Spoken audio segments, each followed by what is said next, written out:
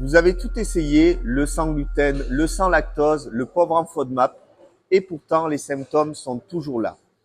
Et si le problème ne venait pas uniquement de votre assiette, mais de votre cerveau? Des ballonnements, des douleurs, un transit perturbé.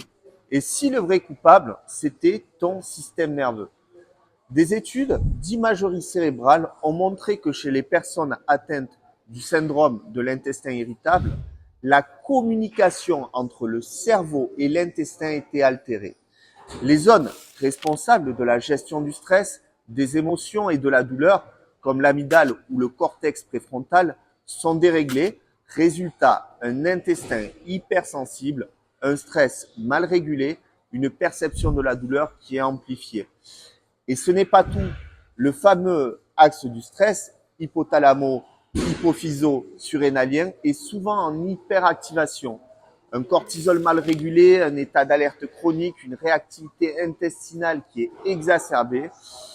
La conclusion, tant qu'on traite le syndrome de l'intestin irritable comme un simple trouble digestif, on passe à côté du vrai levier de guérison.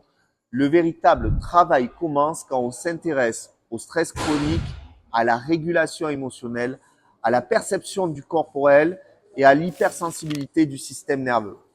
Retrouver l'équilibre, c'est se reconnecter à son corps, certes, mais aussi à son esprit. Pas seulement calmer un ventre qui crie, mais apaiser un système nerveux qui hurle à l'aide.